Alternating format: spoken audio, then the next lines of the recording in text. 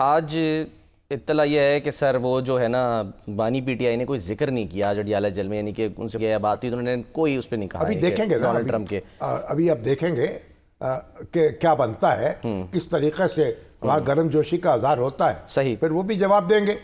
तो शामी साहब executive orders जारी करके तो पिछले कैंसिल कर दिए गए। हाँ, सदर का इख्तियार है अच्छा एग्जीक्यूटिव ऑर्डर जारी करे।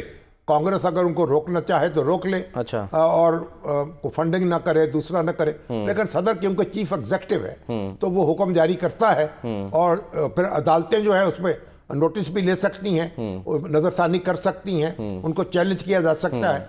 लेकिन वो खटाखट ऑर्डर कर रहे हैं और मैक्सिको जो है अब उसका जो गैर कानून तारकन वतन है उनकी शामत आने वाली है। बिल्कुल इसी तरीके से हमारे लिए अच्छी खबर है, तेल अगर सस्ता हो जाए तो हमारे ऊपर तो प्रेशर कम होगा ना फॉरेन एक्सचेंज का, जो ज़खायर हमारे मुतासर होते हैं उससे। तो बहरहाल आप चलते हैं अमेरिका का सर, हमारे पास जो आगा साले साहब मौजूद है, जी हाँ, पाकिस्तान की तवाना अमेरिका में माशाल्लाह अमेरिका में, और आगा साहब जो हैं अब तो कई साल से अमेरिका में मुकीम है, अमेरिकन पाकिस्तानी हो चुके हैं। बिल्कुल। तो यहाँ भी आगा साहब को 1990 में इलेक्शन लड़ा था आपने यहाँ, 93 जी, अच्छा 90 तो फिर इलेक्शन लड़ के ये नतीजा निकाला कि अमेरिका चलते हैं, दिल बर्दाश्त हो गए और वहाँ चले गए और वहाँ बड़े माशाल्लाह फाल पाकिस्तानी हैं, लीड करते हैं अपनी कम्युनिटी को, और गवर्नर का इलेक्शन भी लड़ रहे थे ना न्यूयॉर्क के, जो आगा साहब। तो फिर क्या हुआ? वेलकम आगा साहब। तबीयत खराब हो गई जी, आई गॉट हार्ट अटैक हो गया। वो बेसिकली इलेक्शन इसलिए नहीं था कि I was setting a milestone. Governor किसी भी रियासत का सेकंड लार्जेस्ट यानी इलेक्शन है आफ्टर प्रेसिडेंट, और उसमें यह है कि if you are not born in America but you are living in a state for 25 years you can contest. Governor भी होता है। अच्छा सर, दिलचस्प बात यह है कि बहुत से लोगों को तो दावतनामे आए, बहुत से लोगों को नहीं आए, उनकी कोशिशें थी, लेकिन आगा साहब को बाकायदा दावतनामा था इस तकरीब का, लेकिन वो ज़ाहिर यहाँ थे पाकिस्तान में, दावतनामे थे, इन्होंने हमें दिखाए हैं, भेजे हैं, लेकिन जा नहीं सके। दूसरे कई ओवरसीज पाकिस्तानी हैं अमेरिका से, वो भी भेज रहे हैं अपने दावतनामे। मुझे दावतनामा आया है, अच्छा। एक मलक अब्दुल खालिक अवान है, दूसरे हैं, अच्छा, कई दावतनामे उन्होंने भेजे हैं। हाँ। कि जनाब हमारा देखिए, बस अब वो सुविनियर के तौर पे रखेंगे, जाहिर है। हाँ। आने वाले बच्चों को भी दिखाएंगे कि भाई दावतनामा आया था। 19 का था। अच्छा। और आगा साहब कैसा देखते हैं अब ट्रंप का दौर, सुनहरी दौर? मोहसिन नकवी साहब तो कह रहे हैं कि एक नए दौर का आगाज होगा पाकिस्तान और अमेरिका के ताल्लुकात में। अल्लाह करे कि ऐसा हो, अल्लाह करे कि ऐसा हो, ये मेरी दिली ख्वाहिश है, क्योंकि हमने अमेरिका को सर्व किया है, और पिछले 40 वर्षों में जो इतने सेक्रीफाइसेस पाकिस्तान के हैं शामी साहब, वो अनप्रेसिडेंटेड है। हमने यूनिलैटरल पावर बनाया अमेरिका को।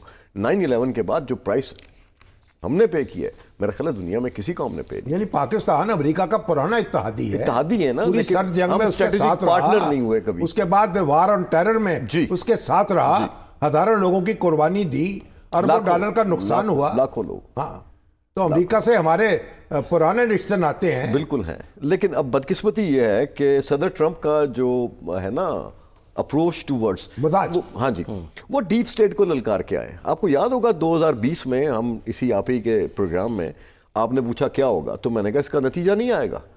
आप नवंबर की यानी नशरियात में आप अपनी फाइल देखें, इसका नतीजा नहीं आएगा, ये हफ्तों तक चलेगा, और गालिबन 20 जनवरी तक, और 6 जनवरी भी आया, 20 जनवरी भी आया, और अमेरिका की हिस्ट्री में ये एक ऐसा उन्होंने भयानक नतीजा आया उसका, ये भयानक नतीजा या मुतनाज़े इलेक्शन उसको उन्होंने बना दिया, इस हद तक बना दिया कि जब वो गए तो 11 बजे वो मारा लागो पहुंच गए थे as president of the United States. उन्होंने उस तकरीब में शिरकत नहीं की।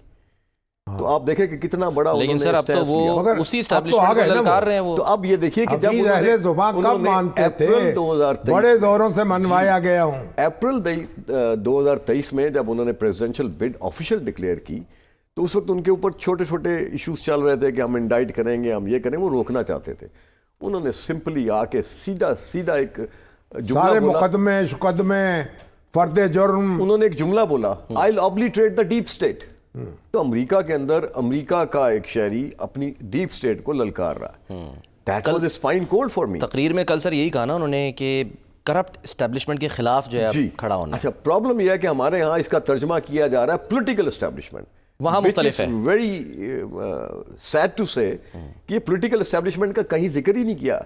Establishment। उन्होंने उस करप्ट एस्टेब्लिशमेंट का जिक्र किया जो वॉशिंगटन में है, और उसकी डाउन साइजिंग के लिए 2 आदमी उन्होंने रख लिए, एक एलॉन मस्क और एक अपना विवेक जो प्रेसिडेंशियल तो कैंडिडेट। कह रहे हैं अफगानिस्तान से सारा असला वापस लाऊंगा जी, जो वहां छोड़ के चले गए अमेरिकन।